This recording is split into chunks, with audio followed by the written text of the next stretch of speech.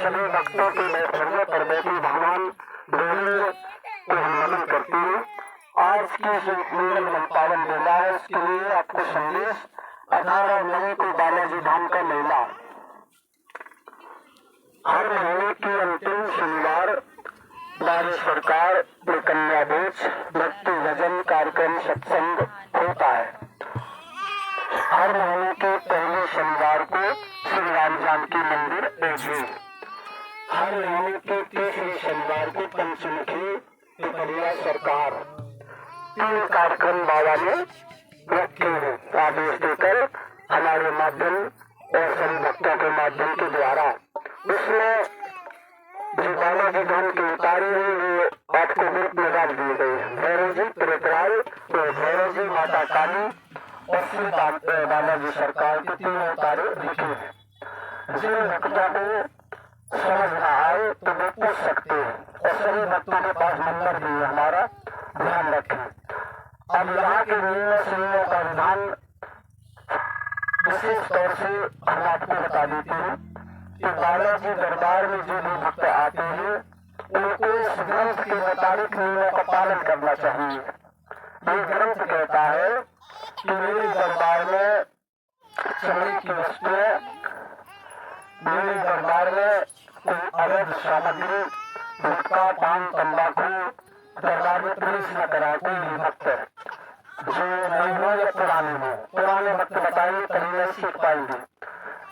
और विशेष करके जो यात्री भाइयों को पैसे खेलते हैं उनकी मदद करें, उन पर कभी हंसी मजाक न करें, अन्यथा संकट आपके ऊपर आ जाते हैं। ये मैं नहीं कह रहा हूँ, बालाजी ग्रंथ कह रहा है और ग्रंथ की बात कभी झूठ नहीं होती है, सत्य ही होती है।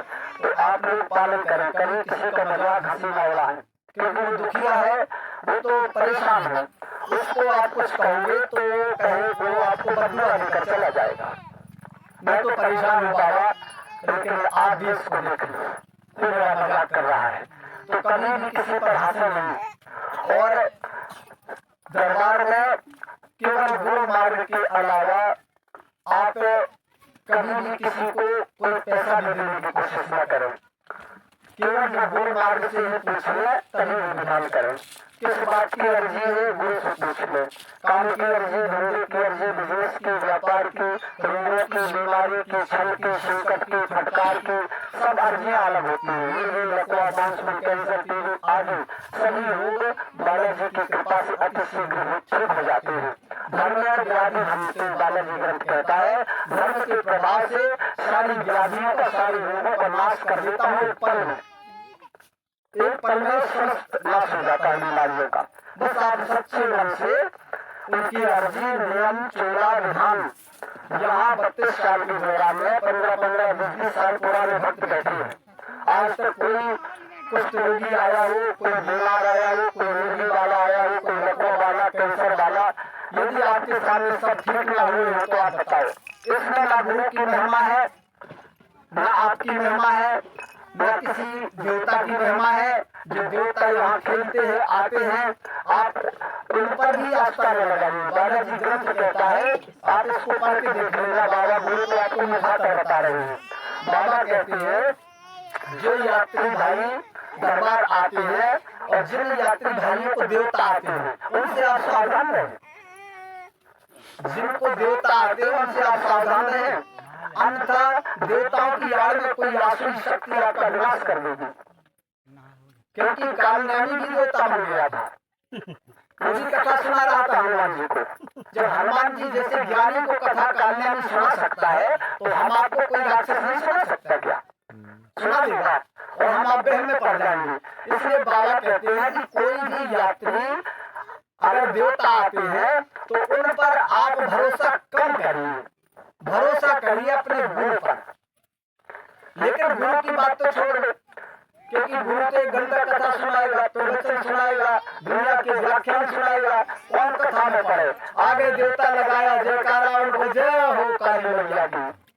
आ गई माताओं, भीड़ लग गई, भीड़ लग गई, वो भगवत में खत्म हो गई। उन्हें कहीं की कहीं भगवत मैया दे दे, भगवत को गुरु जी के चक्कर में करे, उनका भजन कर रहा है, भगवत मिल जाए ना हो काम। एक बात बताइए, यदि ऐसा कोई बड़ा देवता है ब्रह्मांड में तो उसको यही भगवत देने की जरूरत पड़ गई। बालाजी दरबार में घर बैठे भगवत दे देते हैं देवता। आप ये मत मानना कि गुरु जी देवी जी को नहीं मानते हैं। आपको कितना मानते हैं देवी जी? आप बताइए कितना मानते हैं, क्या करते हैं देवी जी के लिए? आपकी पूजा तो वही है कि नारियल फोड़ो, खबरिया फेंक दे देवी जी की तरफ, गले उठाए अपनी तरफ। और एक बात में 100 बात कर दी, महाराज जाओ तो हो देवी मैया बुलाती है, क्या हुआ है नहीं चाहते हैं, ये आपकी कथा है। तो देखिए, आप बाबा कहते हैं कि कोई भी देवी देवता दरबार में यदि आए तो उन पर आस्था मत लगाइए। आस्था तुम्हें केवल बालाजी नियम पर, बालाजी विधान पर लगाना है। इस पहाड़ी उस पहाड़ी मत भटकिए। बालाजी जाने से पहले पहुंच नहीं पाते गुरु, और कोई गुरु जी हम काली मैया में अर्जी लगा दी, गुरु जी हम और वहां हमारे 7 पहाड़ हुआ, 3 पहाड़ हुआ, गुरु जी इस पहाड़ हुआ, उस पहाड़ हुआ।